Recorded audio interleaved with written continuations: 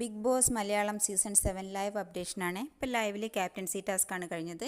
Captaincy മത്സരത്തിൽ പങ്കെടുക്കാനുണ്ടായിരുന്നത് ആര്യൻ, ബിന്നി, അക്ബർ ഇവരായിരുന്നു.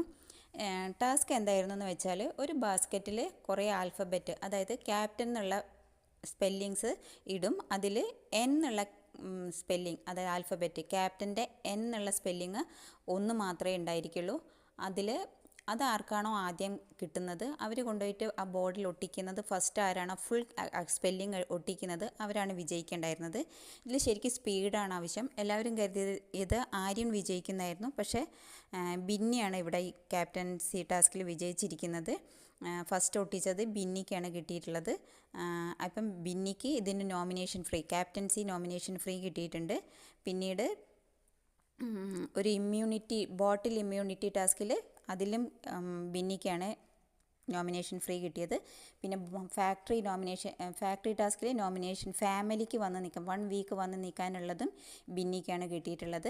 അങ്ങനെ ടോട്ടലി ബിന്നിയാണ് ഇപ്പോൾ അവിടെ നല്ല ലേഡീസിൽ നല്ല ഗെയിമറായിട്ട് നിൽക്കുന്നത്.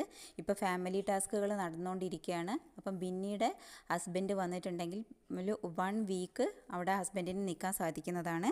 ഇപ്പം 2 വീക്കിലേക്ക് ബിന്നിക്ക് നോമിനേഷൻ ഫ്രീ കിട്ടിയിട്ടുണ്ട്. നല്ല കണ്ടസ്റ്റൻ്റായിട്ട് ഇപ്പം ബിന്നി നിൽക്കുകയാണ്. നിങ്ങളുടെ അഭിപ്രായം എന്താണെന്ന് പറയൂ കേട്ടോ.